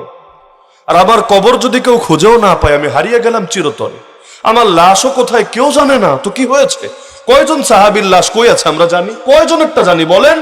এই যে তাদের কবরটাও মানুষ চিনলো না, স্মরণ রাখলো না, কি ক্ষতি হয়েছে? ক্ষতিটা কি হয়েছে আমাকে বলেন? অথচ ফেরাউনের লাশও তো এখনো আছে, মানুষ মিশরে গেলে তো দেখেও আসে, এতে কি লাভটা তার হয়েছে? মরার পর ভালো বললেই কি, খারাপ বললেই কি? অথচ এই আবু জাহালদের উস্কানি কি ছিল? এমনকি আবু জাহাল নিজেও তো মরার আগে আব্দুল্লাহ বিন মাসউদ যখন গেলেন গলা কাটতে, মরবে অবস্থা, 2 বাচ্চার হাতে আগেই তো সাইজ হয়ে গেছে, গলা কাটতে গেছেন। আবু জাহাল বলে, ভাতিজা গলাটা একটু নিচ দিয়ে কাটলে হয় না? তিনি অবাক, কি রে, এটা আবার কেমন কথা? গলা কাটা তো গলা কাটা, এটা মাঝখান দিয়ে কাটলে কি, উপর দিয়ে কাটলে কি, নিচ দিয়ে কাটলে কি, ফলাফল তো একই, মরবে। সে অবাক হয়ে জিজ্ঞেস করলো, কেন? নিচ দিয়ে কাটলে সুবিধা কি হবে? বললো, কিছু বোঝো না, নিচ দিয়ে কাটলে গলাটা একটু বড় থাকবে, যখন সবগুলা কল্লা একসঙ্গে রাখা হবে, এটা যে নেতার কল্লা আলাদা করে বুঝতে হবে না, নেতার একটা ভাব থাকতে হয় না? তো কল্লাটা বড় থাকলে দূর থেকেও ফোকাসে আসবে, সবাই বুঝবে, ওই দেখা যায় বড় কল্লা, ওইটা আমাদের নেতাজির কল্লা। ওই মরার পর কল্লার সাইজ কি হবে এটা নিয়েও টেনশনে থাকে। এ হলো আবু জাহাল। ওই আবু জাহাল উস্কানি দিয়ে আবু তালেবও কালেমা পড়তে দিল না। তাহলে কি বুঝলেন? যারা গালিবাজের গালিকে ভয় করে তারা কখনো হকের উপর প্রতিষ্ঠিত থাকতে পারে না। আমাকে একজন জিজ্ঞেস করলো যে, হুজুর, আপনারে মানুষ যখন যদি কখনো গালি দেয় দিনের পথে চলতে গিয়ে, দিনের কথা বলতে গিয়ে, আপনার কি মানসিক অবস্থা খারাপ লাগে বা ভেতরটা কেমন হয়? আমি বললাম, না, মানসিক অবস্থা ভালো লাগে। বললো, এটা কেমন কথা? মানুষ গালি দিলে তো খারাপ লাগার কথা, ভালো লাগবে কেন? আমি বললাম, 2 কারণে। 1 নম্বরে, মানুষ যেটার জন্য অপ্রস্তুত সেটাতে সে বিচলিত হতে পারে, বিষণ্ণ হতে পারে, পেরেশান হতে পারে। যেটার জন্য আগ থেকেই মানসিকভাবে প্রস্তুত সেটাতে বিচলিত হওয়ার কিছু থাকে না। আমরা যখন গ্রেফতার হয়েছে তখনও বিচলিত হইনি, আলহামদুলিল্লাহ। কেন হই নাই? কারণ মোদিজি দেশ থেকে ফিরে যাওয়ার পরে 2021-এর কথা বলছি, যখন গণগ্রেফতারি শুরু হলো, বেচারা তো এসেছিল ফেব্রুয়ারি মাসে, আমি জেলে ঢুকলাম ঐতিহাসিক 5ই মে। তাহলে ফেব্রুয়ারির পর মার্চ গেল, এপ্রিল গেল, চোখের সামনে প্রতিদিনই দেখছি, আজকে এই হুজুর ঢোকে, কালকে ওই হুজুর ঢোকে, পরশু ওই হুজুর ঢোকে। এভাবে ঢুকতে ঢুকতে বাংলাদেশের টপ থেকে নিয়ে বটম, মানে মোটামুটি প্রসিদ্ধ হুজুর কেউ বাদ নাই। আর যেই কয়জন বাদ তারা আবার আত্মগোপনে লুকিয়ে আছে, মানে খুঁজে পায় নাই তাই ধরতে পারে নাই, পেলে তাদেরকেও ধরতো। আর একেবারে যারা বেশি বয়োবৃদ্ধ তাদেরকে ধরে নাই। এজন্য ধরে নাই এমন না বিষয়টা যে বুড়া মানুষ জেলে নিলে কষ্ট হবে না, বরং তাদেরকে টার্গেট কিলিং করতে চেয়েছে, তাদেরকে গুপ্ত হত্যাই করে ফেলেছে। যার কারণে আমরা যখন ঢুকেছি, বুড়ারা তো ছিলেন, মুরব্বীরা তো ছিলেন, আমরা তো তাও খুশি, যাক আমরা জোয়ানরা কষ্ট করলে সমস্যা নাই, মুরব্বী আলেমরা অন্তত নিরাপদ থাকুক। কিন্তু বের হতে হতে একে একে নেতৃত্বে যারা ছিলেন সব কবরে চলে গেলেন, এবং মরার সিস্টেমে একই পদ্ধতিতে, একই সিস্টেমে প্রত্যেকে মারা গেলেন। মরার পরে এত তড়িঘড়ি করেও এটা দাফনের ব্যবস্থা করা হলো যে এটা একটু তদন্ত হবে বা একটু বিষয়টা রহস্য উন্মোচন হবে, ওই দরজাটা পর্যন্ত খোলা রাখেনি। যাই হোক, ওই আলাপে আমি নাই গেলাম। এখানে আবার অনেক অন্য গন্ধ খুঁজবে। দুনিয়াতে এটা গোপন থাকলেও আল্লাহর আদালতে সব রহস্য উন্মোচিত হবেই হবে ইনশাআল্লাহ। তো এই যে গণহারে যখন দেখছিলাম আজকে ওই হুজুর, কালকে ওই হুজুর, পরশু ওই হুজুর গ্রেফতার হচ্ছে, মানসিকভাবে রেডি। আমার মাদ্রাসার শিক্ষকদেরও ডেকে দায়িত্ব বুঝিয়ে দিলাম, ফ্যামিলির সবাইরে বোঝাই দিলাম, আমি যদি না থাকি কে কিভাবে কি করবা, কোন জিনিস কিভাবে চলবে সব বোঝাই দিলাম, মানসিকভাবে রেডি। যখন রাতের বেলা আসলো, তারাবির নামাজ পড়িয়ে বাসায় গিয়ে ঢুকলাম, খাবার রেডি, খেতে বসবো, এর মধ্যে দেখি বাসা চারদিক থেকে ঘেরাও এসে ঢুকলো। বলল, হুজুর জাস্ট 10টা মিনিটের জন্য ওসি এবং গোয়েন্দা সংস্থার লোকেরা বলল যে এসপি সাহেব তিনি বসে আছেন আপনার অপেক্ষায়, পুলিশ সুপারের কার্যালয়ে একটু যেতে হবে, জাস্ট 10 মিনিট। তখন আমি বুঝেছি যে এই 10 মিনিট শেষ হতে কত মিনিট লাগবে আল্লাহ ভালো জানে। বেশি লাগে নাই, 10 মিনিট শেষ হতে মাত্র 1 বছর লেগেছে, খুব বেশি লাগে নাই। তো ওই যে 10 মিনিটসের কথা বলে উঠে আনলো, মানসিকভাবে যেহেতু প্রস্তুত ছিলাম, বিচলিত হই নাই। তো এজন্য হকের কথা বলবেন আর গালি খাবেন না, এটা তো ভাই নবীদের ক্ষেত্রেই হয় নাই, আমার আপনার ক্ষেত্রে কিভাবে হবে? তা নবীদের ক্ষেত্রেই যদি এমন কোন নবীর নাম পারলে আমাকে বলেন যে নবীর দুশ্মন ছিল না, যেই নবীর উপর জুলুম হয় নাই, যেই নবীর সমালোচনা হয় নাই, যেই নবীকে গালি দেওয়া হয়নি, যেই নবীকে মিথ্যাবাদী বলা হয়নি, যেই নবীকে ভণ্ড আখ্যায়িত করা হয়নি, পারলে বলেন আমাকে, বলেন। আল্লাহ তো কোরআনে জানিয়েছেন, ওয়া কাযালিকা জাআলনা লিকুল্লি নাবিয়্যিন আদুওয়াম মিনাল মুজরিমিন, আমি আল্লাহই প্রত্যেক নবীর জন্য শত্রু বানিয়েছি। আমি আল্লাহ বন্ধু বানাই শুকরিয়ার পরীক্ষা নেওয়ার জন্য, শত্রু বানাই সবরের পরীক্ষা নেওয়ার জন্য। মুমিনরে আল্লাহ কখনো শুকরিয়া দিয়ে পরীক্ষা করে, কখনো সবর দিয়ে পরীক্ষা করে। তাহলে গালি তো খাওয়াই লাগবে। আর তার চাইতে বড় কথা, জিকির করলে আর কয়টা নেকি হয়? সুবহানাল্লাহ সুবহানাল্লাহ সুবহানাল্লাহ, জিকির করলাম, কয়টা নেকি হবে? কিন্তু দ্বীনের কথা বলতে গিয়ে, দ্বীনের পথে চলতে গিয়ে যদি গালি খান, নেকি 1000 গুণ বেশি হবে। বলবেন কিভাবে বুঝলেন? 1 নম্বরে নবীগণের সুন্নতের উপর আমল হচ্ছে, যেই সুন্নত ঐচ্ছিক না। যেমন জেলখাটাও তো নবীদের সুন্নত, ইউসুফ আলাইহিস সালাম খেটেছেন, মুহাম্মদ রাসূলুল্লাহ সাল্লাল্লাহু আলাইহি ওয়াসাল্লাম খেটেছেন, কিন্তু এটা ঐচ্ছিক না, ইচ্ছা করলে ঢোকা যায় এমন না। তো তাকদীরে যদি থাকে আলহামদুলিল্লাহ, আপনার ইচ্ছা ছাড়াও আল্লাহ আপনার এই সুন্নত দিয়ে আমল করায় দিলেন। একইভাবে গালিও তো নবীরা খেয়েছেন, নবীদের সুন্নত জিন্দা হলো। এর চাইতে বড় কথা, সবরের সওয়াব পাচ্ছেন, ইস্তেকামতের সওয়াব পাচ্ছেন, আরো বহু রকম সওয়াব গালির ভেতর পাচ্ছেন। গালি না খায় কেমনে থাকবেন? এখানে যারা আছেন দাড়ি রাখেন না, আজকে থেকে দাড়ি রাখা শুরু করেন, দেখেন গালি খান কিনা। অবশ্যই খাবেন। কেউ কেউ বলবে, আঙ্কেল কেমন আছেন? বয়স হয় নাই 25 বছর, দেখবেন আঙ্কেল আঙ্কেল ডাকা শুরু করেছে, ফাইজলামি। কেউ কেউ আপনারে বলবে, কিরে মোল্লা, বলবে না? কেউ আরো উল্টা, কিরে তুই কি জঙ্গিদের খাতায় নাম লেখালি নাকি? তুই কি কোনো জঙ্গিবাদীদের ফাঁদে পড়লি নাকি? এই যে আপনারা সমালোচনা করবে, হজম করার মানসিকতা যদি না থাকে, আপনি করবেন কিভাবে? আজকে লেবাস পাল্টায় আমাদের মতো পোশাক পরা শুরু করেন, বা আমার মতো মাথায় পাগড়ি লাগানো শুরু করেন। এরপর দেখেন লোকে আপনারে কত টাইপের কত কথা বলে। আপনার বউ কি বলে ওইটাই দেখেন, বাইরের লোক রাখেন, ঘরের বউ আপনারে কত কথা শোনে এটা দেখেন। যারা সুদী ব্যাংকে চাকরি করেন, মাসে অনেক টাকা বেতন পান, 80,000 1 লাখ, ওই চাকরি ছাইরা হালাল রিজিকের জন্য চেষ্টা চালান। হালাল রিজিকের চেষ্টা চালাতে কয়দিন হয়তো কষ্ট হতে পারে, কারণ চাকরি তো সবসময় ওত পেতে বসে থাকে না, কখনো সাফার করা লাগতে পারে। আমি এমন এক লোককে পেয়েছি যে একসময় ব্যাংকে চাকরি করতো, 80,000 টাকা বেতন ছিল, চাকরি ছেড়ে দিল। যেদিন জেনেছে এটা হারাম, তার জন্য কোনোভাবে জায়েজ নেই, সুদী ব্যাংকের চাকরি ছেড়ে দিল। কিন্তু অন্য চাকরি পেতে তার বহুদিন লেগেছে। মাঝখানের টাইম অটো চালিয়েছে, অটো, একজন শিক্ষিত মানুষ, 80,000 টাকা বেতন পেত। সে যখন অটো চালায়, সমাজের চোখে সে কতটা ছোট হয় বুঝতে পারেন। এরপরও আল্লাহর ভয় কি পরিমাণ থাকলে, একদিন তাকে জড়িয়ে আমি কেঁদে ফেলেছিলাম। ডাইরেক্টরে বলেছে, ভাই আপনার ইমানের সামনে আমার ইমানটাও আমি কিছু মনে করি না, আমার ইমান কেউ না, কারণ আমার ইমানও হয়তো এই রকম এত বড় কোরবানি আমি দিতে পারতাম না, কিন্তু আল্লাহ তাআলা আপনাকে সেটা দেওয়ার তৌফিক দিয়েছেন। এই দেখেন সারা দুনিয়ায় মুসলমান এত মাইর খায়, আর দিন শেষে জঙ্গি গালিটাও কে খায়? মুসলমানই খায়। কাফেরদের জঙ্গি বলে কেউ গালি দেয় না, মুসলমানদের গালিটা দেয়। তাহলে দিনের পথে চলবেন আর গালি খাবেন না, এটা কোনোদিন হয় নাই, হবে না, হওয়া সম্ভব না। এজন্য আল্লাহ বলেন, আমার খাঁটি বান্দা হতে চাইলে গালি খাওয়ার যোগ্যতা লাগবে, গালি খাওয়ার। এমনকি গালি কে দিবে জানেন? চোরের মায়ের। চোরের মায়ের যদি গলাটা বড় হয়, চোরের নিজের গলাটা কেমন হবে? যে যে আকাম করে আপনারা সেইটা বইলে গালি দিবে। নবী ইউসুফরে কি বলে গালি দিল? জিনাকার, নাউযুবিল্লাহি মিন যালিক, ব্যভিচারী, দুশ্চরিত্র পুরুষ, এটা বলেই তো গালি দিল। অথচ আমাকে বলেন, তিনি কি দুশ্চরিত্র ছিলেন? নাউযুবিল্লাহ, তিনি তো সেই পাপের ধারে কাছেও যান নাই। যারা তারে পাপের দিকে ডেকেছে, তারাই কিন্তু তারে ব্যভিচারী বলে মিথ্যা মামলা দিয়ে জেলের ভাত খাইয়েছে। এই যুগেও দেখবেন চোর আপনারে চোর সাজাতে চাইবে, ডাকাত আপনারা ডাকাত সাজাতে চাইবে, সন্ত্রাসী আপনারা সন্ত্রাসী সাজাতে চাইবে, ভণ্ড আপনারা ভণ্ড বলে আখ্যায়িত করতে চাইবে, চাঁদাবাজ আপনারা চাঁদাবাজ বলে আখ্যায়িত করবে। যে ইসলাম বেচা খায়, সে আপনারে ইসলাম বেচা বইলা বিভিন্ন ট্যাগ লাগাতে চাইবে। হার জামান এমনটাই হয়, কারণ চোরের মায়ের বড় গলা, চোরের নিজের গলা তো আরো মাশাআল্লাহ। তাহলে আল্লাহর পথে চলতে চাইলে গালি খাওয়া লাগবে নাকি লাগবে না?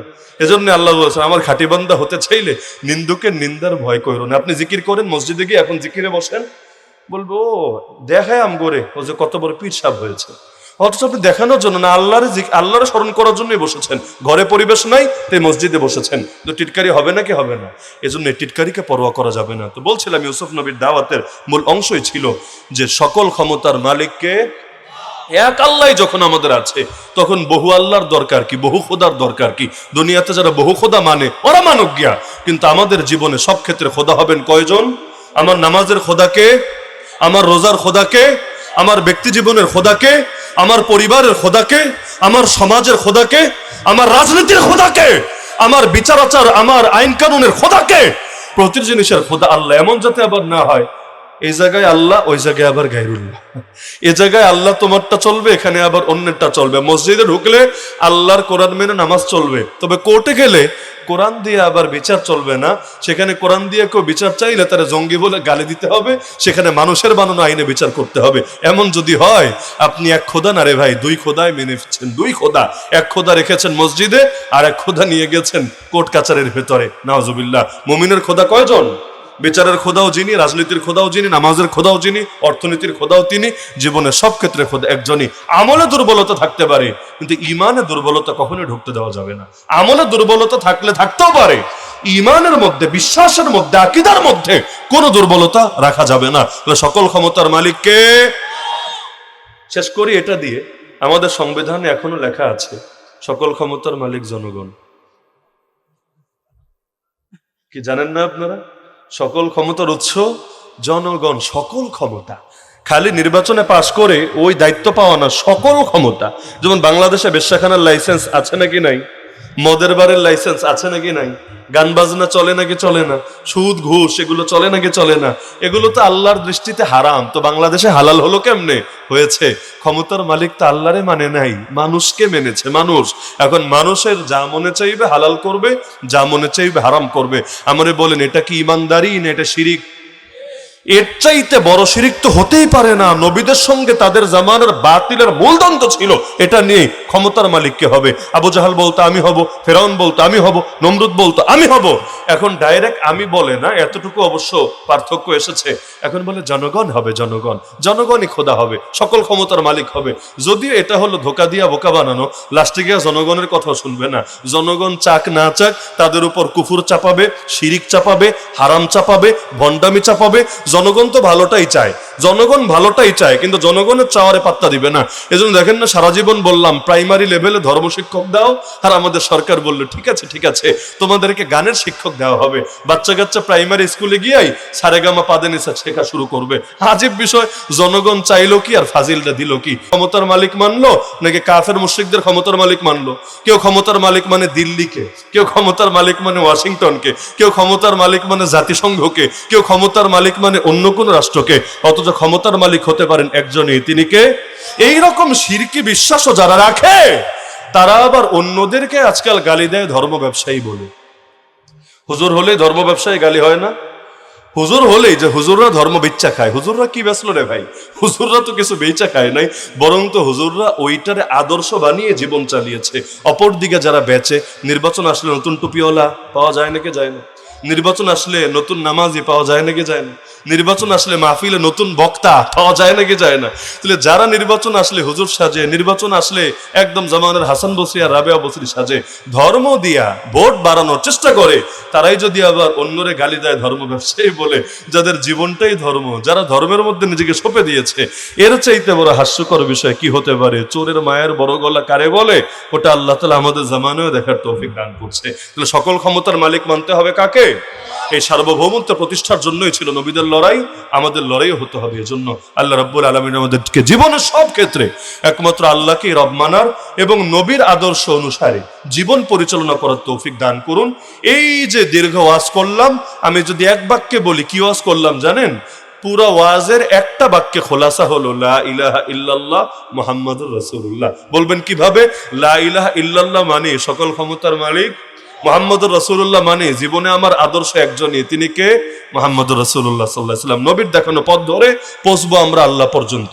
যাবো আল্লাহ পর্যন্ত, কিন্তু পথ হবে সেই পথ যেই পথ দেখিয়ে গেছেন নবী মুহাম্মদ রাসূলুল্লাহ সাল্লাল্লাহু আলাইহি ওয়াসাল্লাম। আল্লাহ আমাদের সবাইকে তৌফিক দান করুন, আজকের এই মাহফিলকে কবুল করুন। যে মৃতদের স্মরণে আজকের এই মাহফিল, আল্লাহ সবার কবরকে জান্নাতের বাগানে পরিণত করুন, আমিন।